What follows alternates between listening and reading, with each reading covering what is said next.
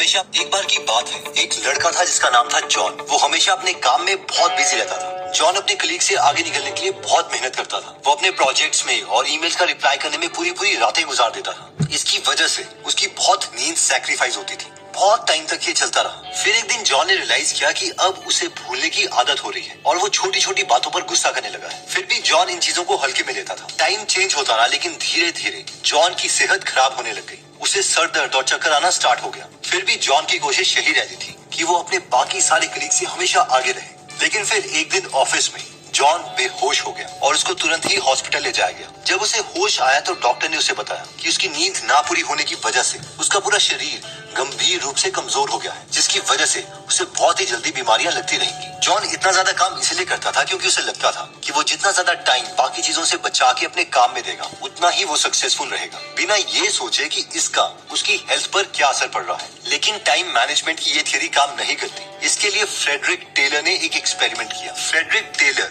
जिन्हें हम the father of scientific management के नाम से भी जानते हैं, उन्होंने एक बार फैक्ट्री के वर्कर्स की प्रोडक्टिविटी को टाइम के बेसिस पर चेक किया। उन्होंने वॉच निकाली और कैलकुलेट किया कि वर्कर्स को आयरन पीसेस को एक जगह से दूसरी जगह मूव करने के लिए कितना टाइम लगता है। इसके बाद उन्होंने उन वर्कर्स को एक स्पेसिफिक तरीका बताया आयरन पीसेस को मूव करने का, जैसे कि आयरन पीसेस को कैसे उठाना है, किस डायरेक्शन से होते हुए उन्हें किस तरीके से आयरन पीसेस को रखना है, सो ऑन। जब वर्कर्स ये तरीका फॉलो करने लगे तो उन्होंने देखा कि कैसे उनकी प्रोडक्टिविटी इंक्रीज हो गई। लेकिन इसमें एक लिमिटेशन थी। वर्कर्स पूरे दिन सेम प्रोडक्शन आउटपुट नहीं दे पा रहे थे। जैसे कि अगर 10 मिनट में वो 5 पीसेस को मूव करते थे तो अगले 10 मिनट में वो सिर्फ 4 ही आयरन पीसेस को मूव कर पा रहे थे, क्योंकि अब वो थक चुके थे और इस वजह से अब प्रोडक्शन आउटपुट गिरने लगा था, जैसे कि आप इस ग्राफ में देख सकते हैं। और इससे कंक्लूजन ये निकलता है कि एक ही पेस में काम करने पर कुछ टाइम तो हम प्रोडक्टिव रह सकते हैं, लेकिन लॉन्ग रन में हम इसका नुकसान ही झेलेंगे और हमारी ओवरऑल क्रिएटिविटी कम ही होगी। क्रिएटिविटी में नुकसान मैं इसलिए कह रहा हूँ क्योंकि ऐसा बहुत बार हुआ है कि किसी एक फेमस ऑथर की बुक बहुत सुपरहिट हो गई हो और वहीं उनकी दूसरी बुक बहुत फ्लॉप गई हो। For example, the fault in our stars एक बुक है जिसकी ऑथर है जॉन ग्रीन और उनकी ये बुक बहुत ही फेमस हुई थी। इवन इस पर इंग्लिश मूवी बनी और इवन दिल बेचारा हिंदी मूवी भी इसी बुक के कॉन्सेप्ट पर थी। जबकि इनकी दूसरी book an abundance of Katherines का रिस्पॉन्स कुछ खास नहीं रहा। ये हम इनके रिव्यूज में भी देख सकते हैं। क्रिएटिविटी का हम एक और इंडियन एग्जाम्पल देखते हैं। मोहित चौहान अपने एक इंटरव्यू में बताते हैं कि जब उन्हें जब वी मेट मूवी से तुमसे ही सॉन्ग मिला था तब उन्होंने 1 महीने का ब्रेक लिया था और म्यूजिक डायरेक्टर प्रीतम ने भी इस बात को समझते हुए इस सॉन्ग को होल्ड पर रखा। फिर जब मोहित चौहान ने वापस आकर ये सॉन्ग को रिकॉर्ड किया तब इसमें कोई अलग ही बात थी और इसलिए सॉन्ग के रिलीज होते ही यही सबका फेवरेट सॉन्ग बन गया। अगर मोहित चौहान ये ब्रेक ना लेते तो वो इस सॉन्ग में इमोशंस न डाल पाते और फिर शायद ये सॉन्ग कभी उतना पॉपुलर नहीं। तो हाउ टू प्रोड्यूसर्स रिएक्ट जब आप ऐसा कहते हैं? तो नहीं, जो लोग आपसे मोहब्बत करते हैं, आपके फन से मोहब्बत करते हैं, वो थोड़ा इंतजार कर लेते हैं। बहुत ज्यादा नहीं शायद, पर कर लेते हैं। जैसे तुमसे ही के लिए कहानी ये है कि प्रीतम साहब ने और इम्तियाज ने शायद मेरा इंतजार किया महीना 1.5 महीना, ऐसा कुछ। रियली? हाँ, ऐसा कुछ कहा। तो इससे एक बात तो क्लियर है कि सिर्फ टाइम मैनेजमेंट तो नहीं है खुद को ग्रो करने के लिए, बल्कि कुछ और है और इसका जवाब है माइंड मैनेजमेंट। डेविड कैवी अपनी book mind management and not time management में एक्सप्लेन करते हैं कि हम अपनी क्रिएटिविटी को ग्रो करने के लिए 4 स्टेजेस ऑफ क्रिएटिविटी और 7 mental state of creative work को समझ सकते हैं और आज इस वीडियो में हम यही डिस्कस करेंगे। तो सबसे पहले बात करते हैं 4 स्टेजेस ऑफ क्रिएटिविटी की। Stage 1, preparation. प्रेपरेशन क्रिएटिविटी की वो स्टेज होती है जहाँ पर हमारा लर्निंग पीरियड चल रहा होता है। इस स्टेज पर हम अपना सारा टाइम रिसर्च को देते हैं। इसे हम द बीटल्स ग्रुप के मेंबर पॉल मैककार्टनी के एग्जांपल से समझ सकते हैं। कोई भी सॉन्ग कंपोज करने से पहले म्यूजिशियंस बहुत से सॉन्ग सुनते हैं और उनसे इंस्पायर होते हैं। एग्जैक्टली ऐसा ही पॉल के साथ भी हुआ था। उन्होंने वर्ल्ड वाइड बहुत सारे कॉम्पोजिशन सुनी और सारा समय बस प्रेपरेशन स्टेज में गुजारा। एक बार जब प्रेपरेशन स्टेज पूरी हो जाती है फिर आता है stage 2, which is incubation. Incubation वो स्टेज होती है जहाँ पर हम एक्टिवली काम नहीं कर रहे होते लेकिन फिर भी उस काम से इनडायरेक्टली जुड़े होते हैं। प्रेपरेशन स्टेज में हम बहुत थक चुके और इसलिए हमें रेस्ट लेना जरूरी है। पॉल ने भी एग्जैक्टली ऐसा ही किया था। बहुत सारी कंपोजिशन सुनने के बाद वो बार बार रेस्ट लेते थे। 3rd स्टेज आता है इल्यूमिनेशन।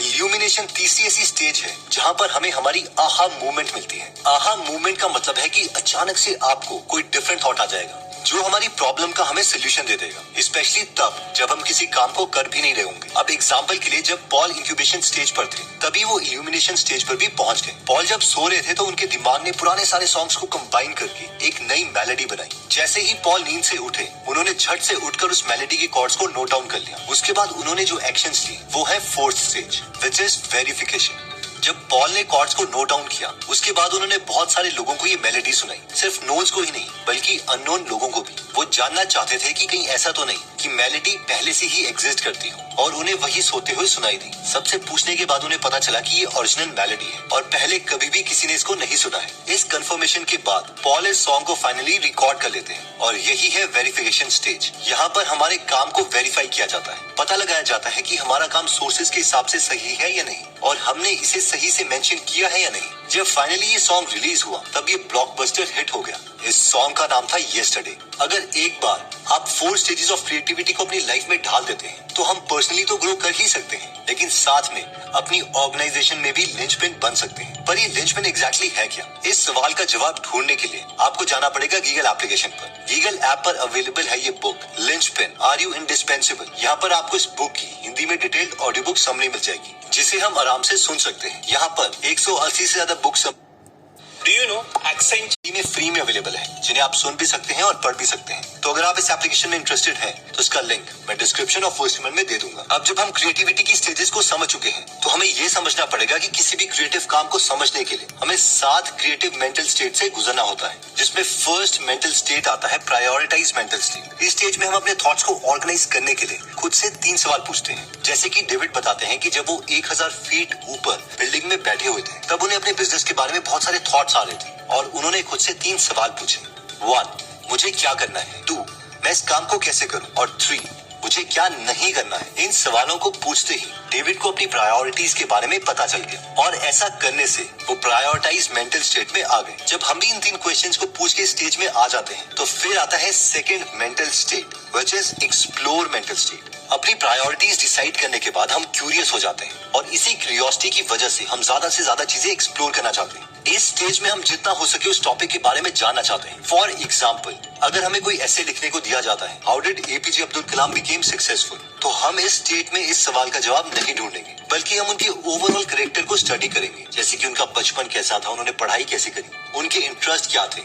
हर एक छोटी चीज को स्टडी करेंगे। जब ये चीज कंप्लीट हो जाती है, तो फिर आता है state 3, which is research mental state. For example, अगर हम एपीजे अब्दुल कलाम सर के बारे में एक्सप्लोर कर चुके हैं, तो अब हम मेन सवाल का जवाब ढूंढेंगे कि वो सक्सेसफुल एग्जैक्टली हुए कैसे। रिसर्च मेंटल स्टेट में हम पॉइंट टू पॉइंट अपने सवालों का जवाब ढूंढते हैं। इसके बाद आता है फोर्थ मेंटल स्टेट, जो कि है जनरेट मेंटल स्टेट। अब तक हम जो भी काम कर चुके हैं, इसके बाद आएगा कि हमें कुछ जनरेट करना है। यानी कि हमने डिसाइड कर लिया है कि हमें ऐसे लिखना है, हमने एक्सप्लोर भी कर लिया है और रिसर्च भी कर ली है, तो बारी आती है सारी इन्फॉर्मेशन को नोट डाउन करने की। अब इस स्टेट में हम ऐसे लिखेंगे, यानी फोर्थ स्टेज पर हम हमारा सारा काम नोट डाउन कर लेंगे, लेकिन ये अभी भी सबमिट करने के लिए रेडी नहीं हुआ है। और यहीं पर आता है हमारा fifth mental state, which is polish mental state. Assignment पूरी करने के बाद उसे पॉलिश करना बहुत जरूरी है, यानी कि रीचेक करना। यहाँ पर हम असाइनमेंट में मिस्टेक्स, जैसे कि कोई ग्रामेटिकल एरर या स्टोरी टेलिंग इंप्रूवमेंट या फिर स्पेलिंग मिस्टेक्स को ढूंढते हैं और उन्हें इम्प्रूव करते हैं। अब इन 5 मेंटल स्टेट को पूरा करना तो इम्पोर्टेंट था, लेकिन इसके बाद जो 2 मेंटल स्टेट है वो इससे भी ज्यादा इम्पोर्टेंट है, और इसीलिए फिर आता है हमारा 6th mental state, which is administrate mental state. हमें हमारे क्रिएटिव काम को करने के साथ और भी बहुत से काम करने जरूरी है, जैसे कि अपना रूम साफ करना, अपने नेल्स काटना, अपने फैमिली के साथ कहीं पिकनिक पर जाना। और इन्हीं सब काम को करने के लिए जो मेंटल स्टेट होती है, उसे एडमिनिस्ट्रेट मेंटल स्टेट कहा जाता है।